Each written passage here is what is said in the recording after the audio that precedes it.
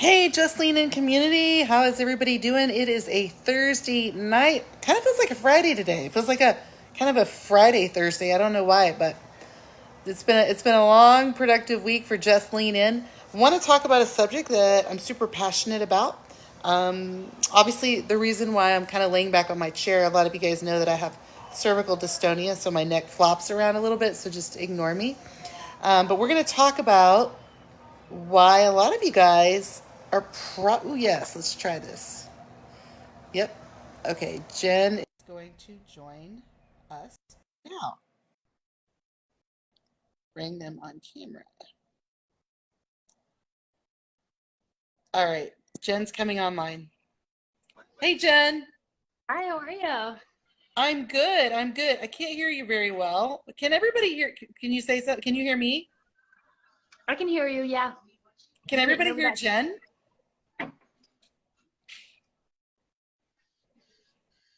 If you can hear Jen, can you say, I can hear Jen?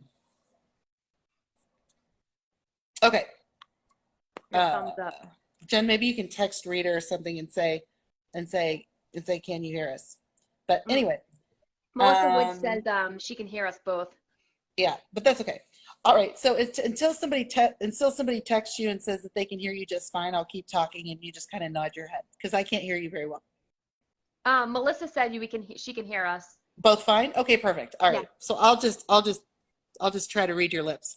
All right. So what I want to talk about tonight, Jen, and I know that you can chime in on this, especially because you've been in competitions before, and you know, food for you is fuel, and that's what you're burning throughout the day. But Jen, I don't know about you. I know you and I do hundreds of consultations. We've probably done hundreds. Oh And yeah. in these consultations, I ask people, tell me what you ate today. And you would be surprised. A lot of people say they wake up in the morning and they might not have anything for a couple of hours. They might have some tea or something, then go to work and then eat like something at 2 o'clock in the afternoon, get the munchies later, have some dinner, and they're done. And from what I've learned and I understand, what we're trying to do at Just Lean In is actually speed up the metabolism. And your body is always in survival mode. And your body, when you do that, thinks there's a famine. And so it's thinking, okay, well, the owner of this body did not give me any fuel this morning. So I better hold on to the next thing she gives me. Why some people gain weight on kale and ice because it's going to hold on to it for a storm or for an ice cold wintry day. But if you are feeding that metabolism, it starts burning and it says, well, she's already eating quite a bit today, so I feel pretty good about releasing some of this. Yeah. What are your thoughts on that, Jen? It's a really complex topic. So, you know, there's a lot of different camps out there. So you have kind of like this camp of people, especially right now, even most people nowadays are going to tell you calories in, calories out is king, like full stop. But the thing is, from a very high level, principally, what you take in and what you burn, like, yes, there's an equation, but here's the thing that's really nuanced about this.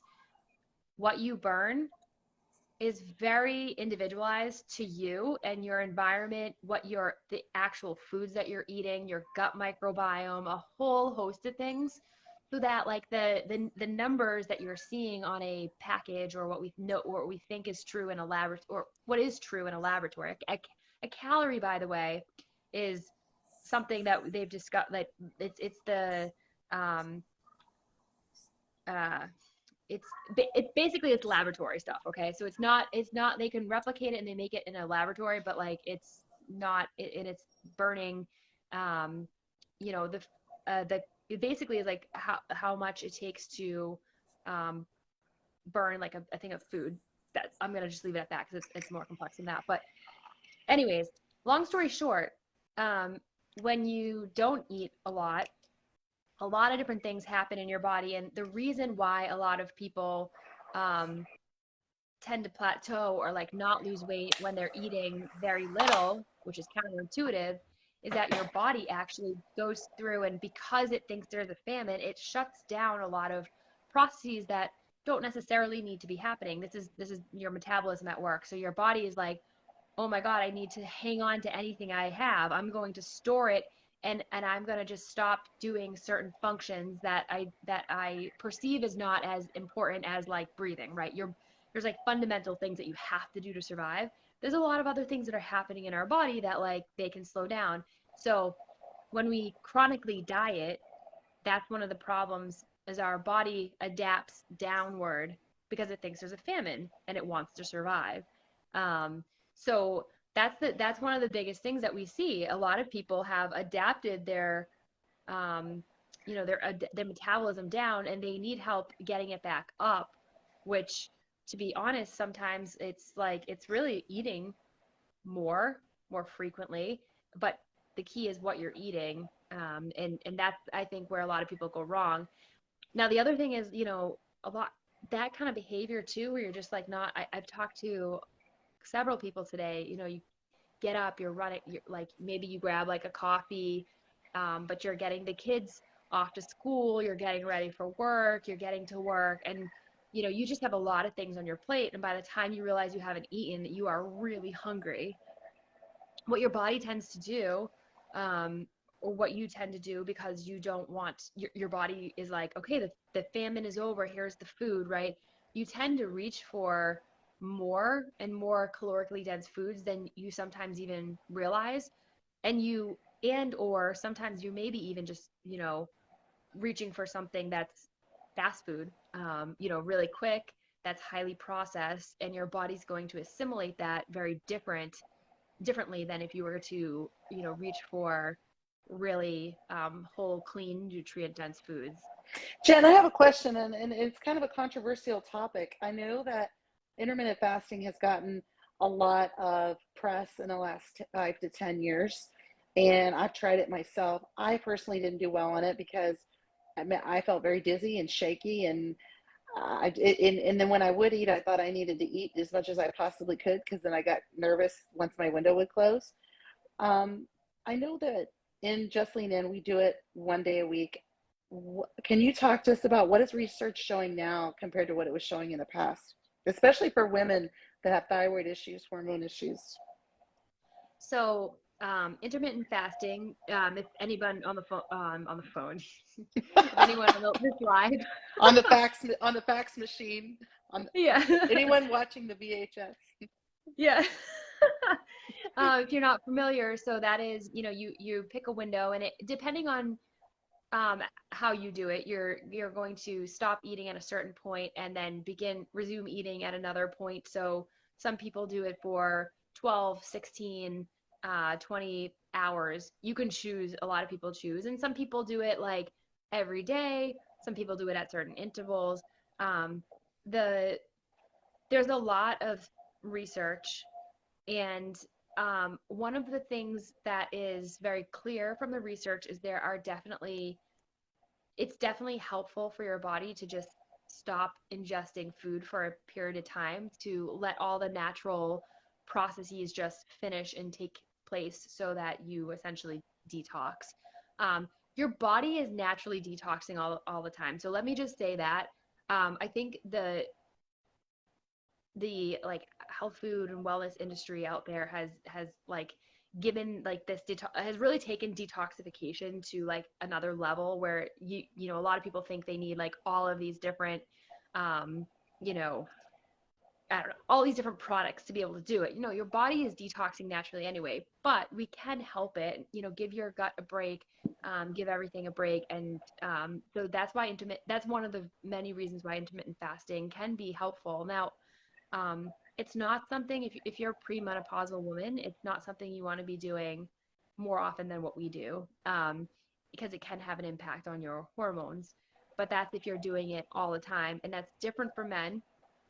Men actually get more benefits, and this actually was very well studied in men and not in women at some point. So, but men get different benefits. So if you ever see, I was actually just watching a documentary series called Unwell, and they were talking about intermittent fasting, but they actually were doing the perspective of a man, and he was talking about it, and they didn't mention that at all, and I was just thinking to myself like how it would be much more helpful if they actually segmented out, because it is very different in men and women.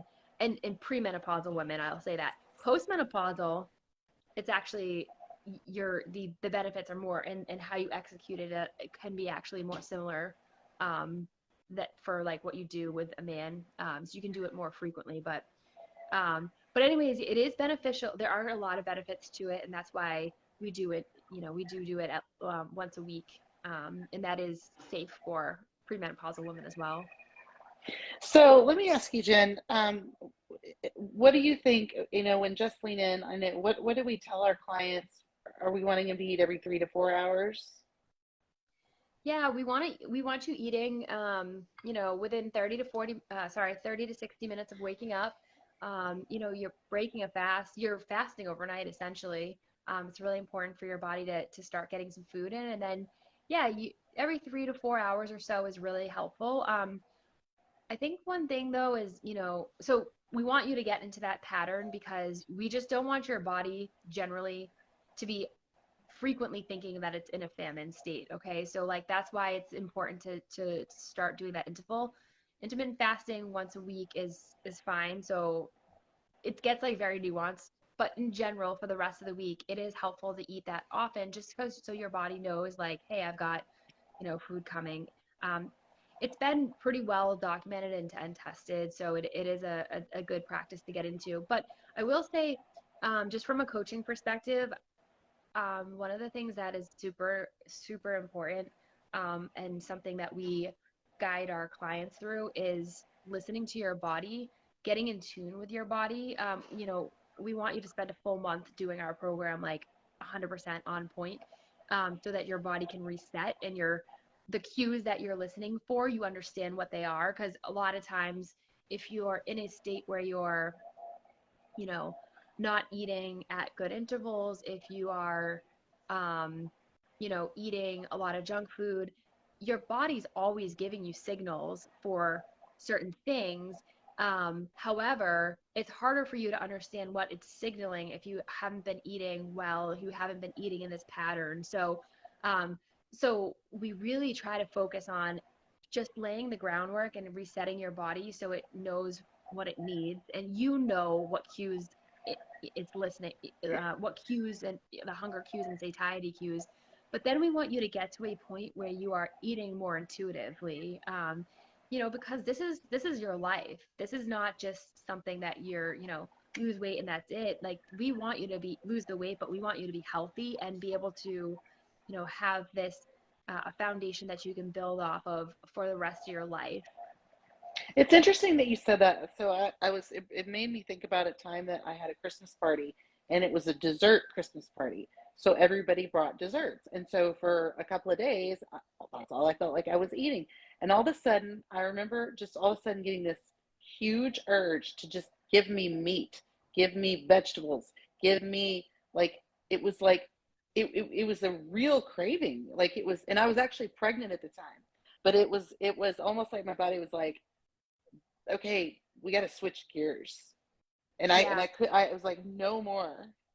And that's one of the reasons why it's so important to like do it 100%. And I'll tell you, like, I am to a point where I'm the same way. Like, I have treats here and there, but like I crave, you should see I was just sitting down to have soup with like tons and tons of veggies in it.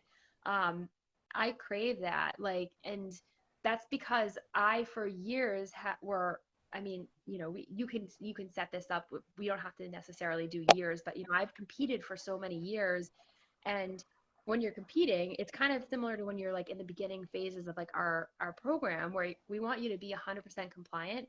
Competing, if you want to do well, like you're going to be on stage in front of a lot of people in an itty bitty bikini. That's very motivating to do exactly what you're supposed to be doing. But so you're 100% compliant, and I was 100% compliant. And when you come out on the other side, like, yeah, okay, fine, you have some treats, but you snap back because you know how good you felt, and your body knows what it needs and it knows what it's missing. So yeah, it's pretty cool. I mean, honestly, like you commit to it for a period of time, and your body really learns and understands like what foods it really needs to be well. Jen, let me ask you this question. What do you tell the Just Lean In clients? Like, what's the best thing to do to eat or drink right after a strength training workout?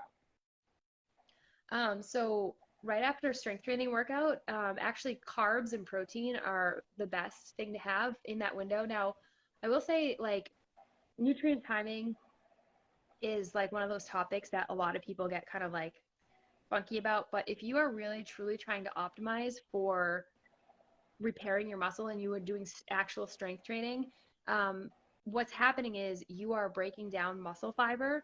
So carbohydrates, specifically, I'd like to see you having like grains, like starchy carbs, because they're more closer to like most of them. It's the molecules are better assimilated to go right. Basically, are going to go right into your muscle and repair. They're basically like filling it in, and then the protein is kind of like the bricks. So protein and carbohydrates will work to repair your muscle. Also, like not for nothing, you're putting out expending a lot of energy. Something that I didn't, I think, yeah, I didn't talk about this on the other live about strength training, but I was just talking to somebody about this today. You For every type of activity that our body does, there's a preferred energy pathway.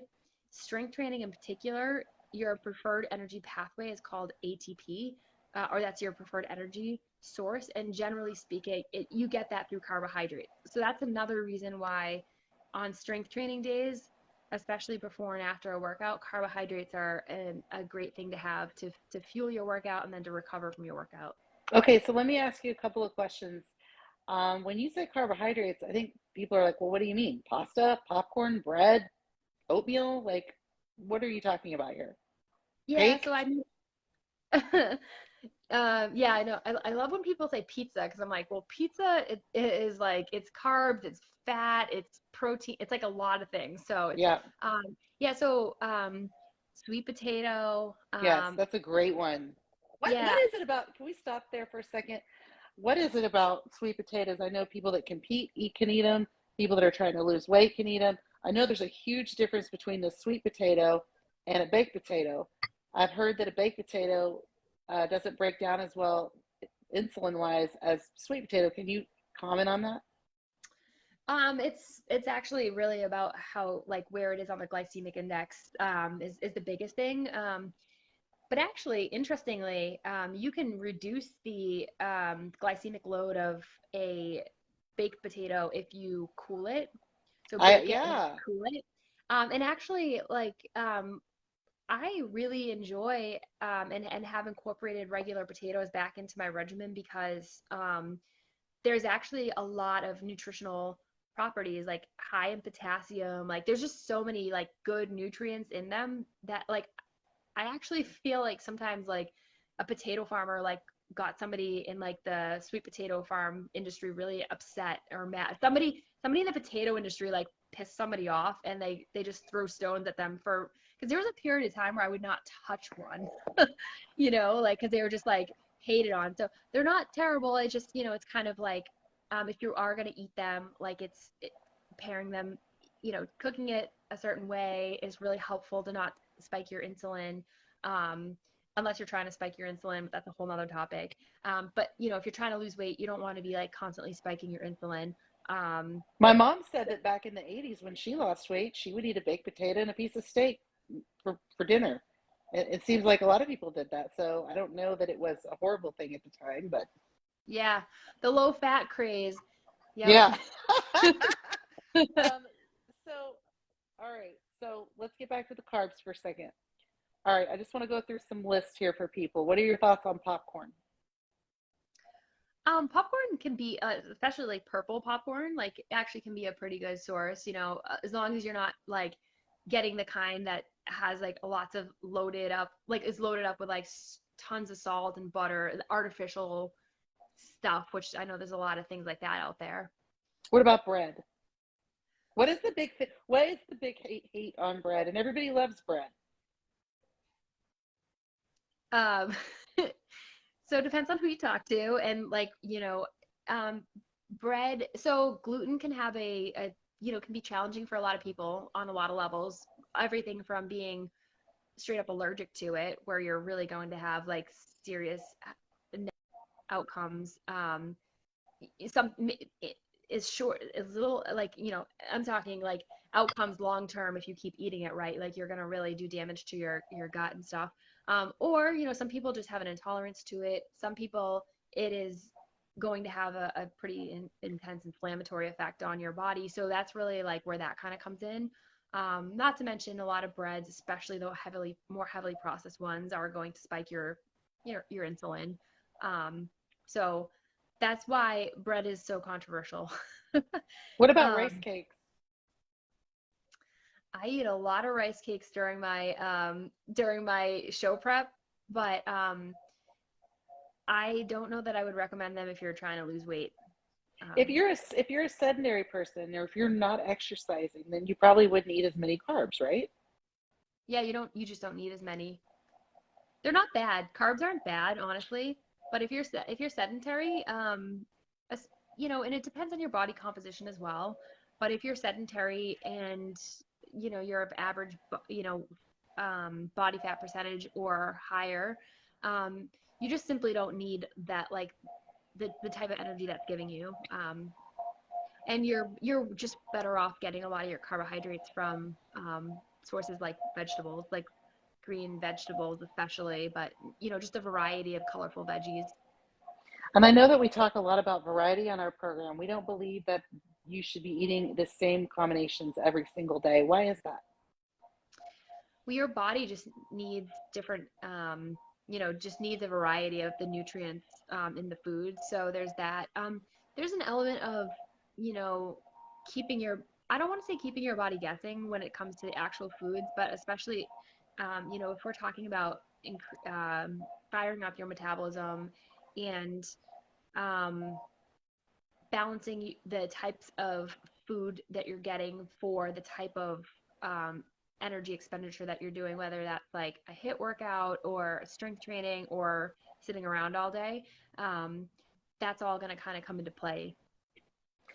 Well, I appreciate you coming on tonight, Jen. So I think the conclusion is that intermittent fasting, I think there's a place for it. I don't Yeah. know that every day is the right thing for it, but I think there is a place for it maybe once a week. We're going to be doing topics like these all the time. I'm really excited to talk about sugar. That's our next topic: sugar and alcohol. I want to talk about that. That's a fun Oh, social subject. alcohol. Alcohol, I love to talk about because it's surprising. People don't realize some of the things about All right, give a us lot of give us stuff a about. quick give us just a quick sneak peek. So I have a girlfriend, and man, she loves her wine, and she might drink 2 or 3 glasses of red wine every night. She just cannot lose weight. So is it true correct me if I'm wrong, but drinking wine is the equivalent to having a piece of cake? Yeah.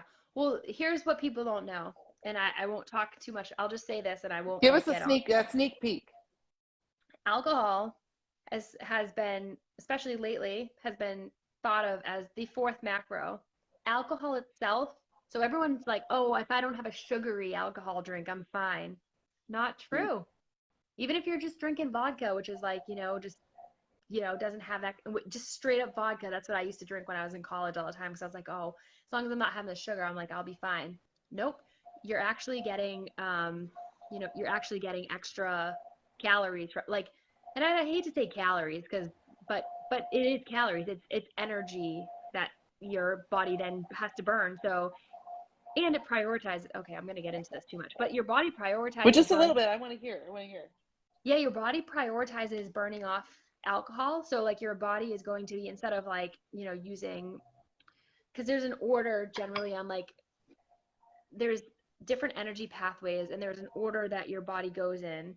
So um, all of that generally gets pushed to the side, or like the preferred, um, I'm not going to get into the reasons why, but generally speaking, what's going to happen is before you're going to get to any of the other stuff, your body's going to be burning the alcohol off.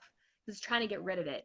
But that'll be what you're running on. You're just going to be running on alcohol for a little while, and then it will get to, burning off the like the carbohydrates and fat and everything else. So you're just kind of like shooting yourself in the foot, honestly. Like, you're There was a documentary on Netflix. It probably still is on there, about a girl that actually gets drunk to show the different stages of what happens. And it really is pretty brutal.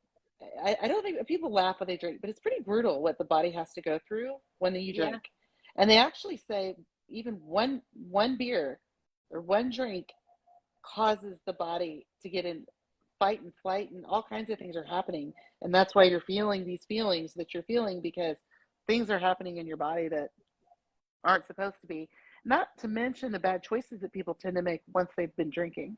Yep. Oh I yeah. mean, And you then know, remember the days of going out to the clubs and having some drinks, and then the lines at Taco Bell and Whataburger, because you're trying to kind of bring that down because you've had too much to drink. So you're trying to eat to counteract oh that. yeah, and then the next day you go out like for brunch with everyone and A get you greasy breakfast. greasy breakfast because that's supposed to hold your stomach better. Yeah, like Yeah, it's yeah. There's just, yeah, you I know, mean it's a slippery slope, really.